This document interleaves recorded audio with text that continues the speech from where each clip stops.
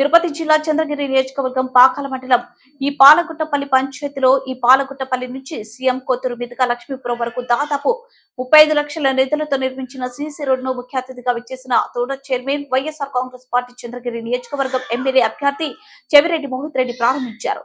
ముందుగా మోహిత్ రెడ్డి కొమ్మిరెడ్డిపల్లి నుంచి ఈ పాలగుట్టపల్లి వరకు బైక్ ర్యాలీ నిర్వహించారు. అనంతరం లక్ష్మీపురంలో ఏర్పాటు చేసిన బహిరంగ సభలో పాల్గొన్నారు.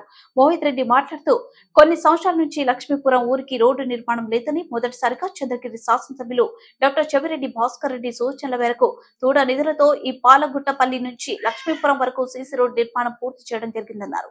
రాబోయే ఎలక్షన్లలో తనకు ఆశీర్వదించాలని ప్రజలను కోరారు. ఈ కార్యక్రమంలో పాకాల మండలం వైఎస్ఆర్ కాంగ్రెస్ పార్టీ నాయకులు, కార్యకర్తలు, అభిమానులు పెద్ద ఎత్తున పాల్గొన్నారు.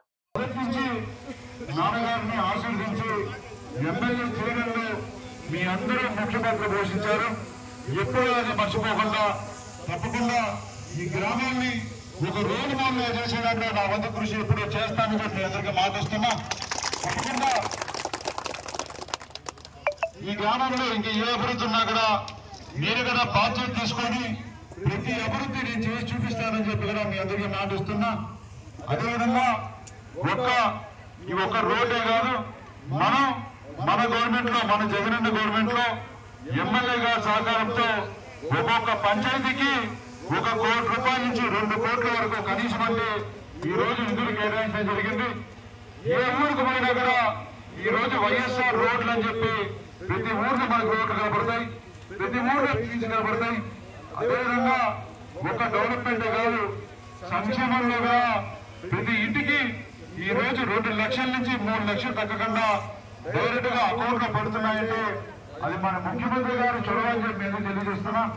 ఎందుకంటే ఈరోజు ఏదో ఒక స్కీమ్ ద్వారా ఒక అమ్మఒడి కావచ్చు, చేయూత కావచ్చు, చేదోడు కావచ్చు, వాహన మిత్ర కావచ్చు, ఈబీసీ నేస్తం కావచ్చు, ఓబీసీ నేస్తం కావచ్చు, చెప్పుకుంటా పోతే 25 రకాల స్కీములు ఏదో ఒక రూపం ద్వారా కనీసం అంటే ఒక కుటుంబానికి ₹1,00,000 నుంచి 2 లక్షలు 3 లక్షలు తక్కువ లేకుండా మన గవర్నమెంట్ రద్దు చేయబోతా ఉంది. గతంలో ఎప్పుడైనా ఈ విధంగా సంక్షేమ పాలన అందిందా అని చెప్పి పెద్దలందరూ ఆలోచించాల్సిన అవసరం ఉంది. గత ప్రభుత్వాన్ని చాలా ప్రభుత్వాలు మనం చూసాం. ఆ ప్రభుత్వాల్లో 5 ఏళ్ళు ఇచ్చిన మాటను మర్చిపోయి చివరిలో అని చెప్పి చేతిలో పెట్టి మాకు ఓటేందని చెప్పి అడిగే ప్రభుత్వాన్ని మనం చూసాం. ఈ రోజు మన జగనన్న పాలనలో ఒక సంక్షేమం ప్రతి కుటుంబానికి ఇచ్చిన మాట నిలబెట్టుకుంటూ ప్రతి కుటుంబానికి 10 రోజు 10 వస్తుందని చెప్పి మరి ఈ రోజు సంక్షేమ పథకాలు అందిస్తున్నారు. అవ్వారాదానికి పెన్షన్ పెంచుతున్నారు. ఆసరా కింద డోగా రుణమాఫీ చేయడం జరిగింది. అదేవిధంగా చేయూత కింద ప్రతి ఎస్సీ, ఎస్టీ, మైనార్టీ, ఓబీసీ అక్క చెల్లెలకి 18,750 రూపాయలు ఈ రోజు మా అందరికీ చేయూత కార్యక్రమం ద్వారా అందించడం జరుగుతా ఉంది. ఇన్ని గొప్ప కార్యక్రమాలు చేస్తున్న ముఖ్యమంత్రి గారిని పెద్దలందరూ కూడా ఆశీర్వదిస్తారని చెప్పి నేను బలంగా విశ్వసిస్తూ, అదేవిధంగా ఒక్క సంక్షేమమే కాదు, వ్యక్తిగతంగా కూడా మనం చేసే సేవలో ఏ రోజు వెనక్కి పోలేదు.